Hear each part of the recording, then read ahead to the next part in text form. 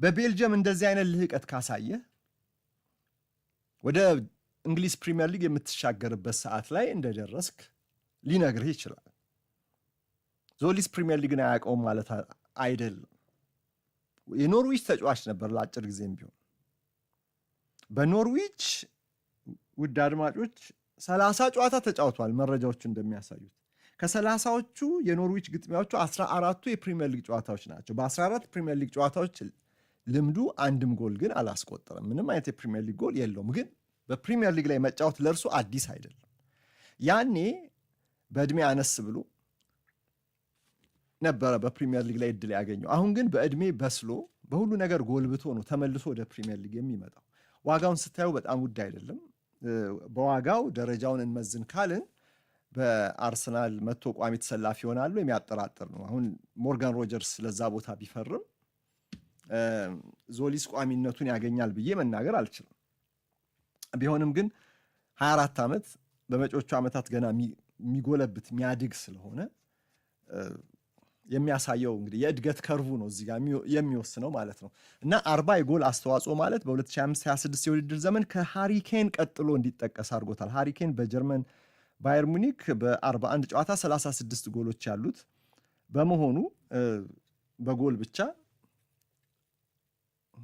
አሲስቱ ሲጨመር ከዚህ በላይ ነው። ከአውሮፓ ቶፕ 5 ከሚባሉ ሊጎች ተጫዋቾች ጋር ሊነጻጸር የሚያስችል የጎል ስታቲስቲክስ ያለው እንግዲህ ትሮሳርድ ለቋል። የማርቲኔሊ ነገር ይቆያል ተብሎ ይታሰባል። ግን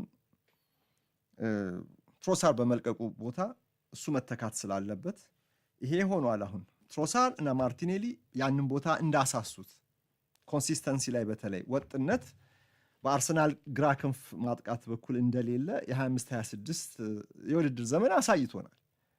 ማለት ትሮሳርድ መጀመሪያ ሲዝኑ ሲጀመር የነበረውና በኋላ ደግሞ በጣም ወርዶ እንደነበር እናስታውሳለን። እና ከማርቲኔሊ እና ከትሮሳርድ በድምሩ በ53 እና በ50 በድምሩ ከ103 ጨዋታዎቻቸው አርሰናል ያገኘው 19 ጎል እና 17 አሲስት መጥፎ አይደለም።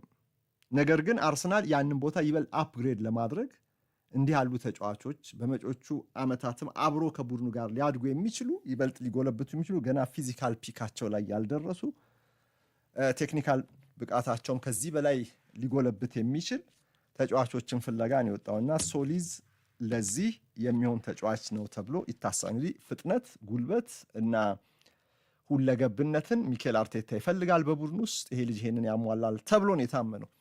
በተለይ የእርሱ ያስቆጠራቸውን ጎሎች ካያችሁ ደግሞ አንድ ነገር ወደ አእምሯችሁ ይመጣል። ስካውቲንግ ሪፖርቶችን ሁሉ ብትመለከቱ ክሪስቶስ ዞሊስ ያስቆጠራቸው ጎሎች ብዙሃኑ ከክሮስ የሚመጡ ኳሶች ናቸው፣ ተሻሚ ኳሶች ናቸው። ከግራ ክንፍ የሚነሳ ከሆነ ከቀኝ ክንፍ ክሮስ ይፈልጋል ማለት ነው። ለሁለተኛው ቋሚ ነው ክሮሶችን የሚያስቆጥረው እና እዛ ጋም ከጎል ጋር ያለው ሪከርድ በጣም ጥሩ ነው። ግን አርሰናል ደግሞ ከቆመ ኳስ ከክፍት ጨዋታ የሚያወጣቸው ክሮሶች ሁሉ ለዚህ ተጫዋች ሊጠቅመው ይችላል እና የቆመ ኳስ ክሮሶቹ የማዕዘን ምቱም የዋይድ ቅጣት ምቱም ወዘተርፈ ለዚህ ተጫዋች በጣም አመቺ ነው የሚሆነው እና አሁንም የሚሻሙ ኳሶች ላይ ሚኬል አርቴታ ትኩረት እያደረገ እንደሆነ ፍንጭ ሊሰጠን ይችላል። የበለጠ ግን ሁለገብ ባህሪ ስላለው ለአርሰናል ማጥቃት አይገመቴነትን ይጨምራል ተብሎ ይታሰባል።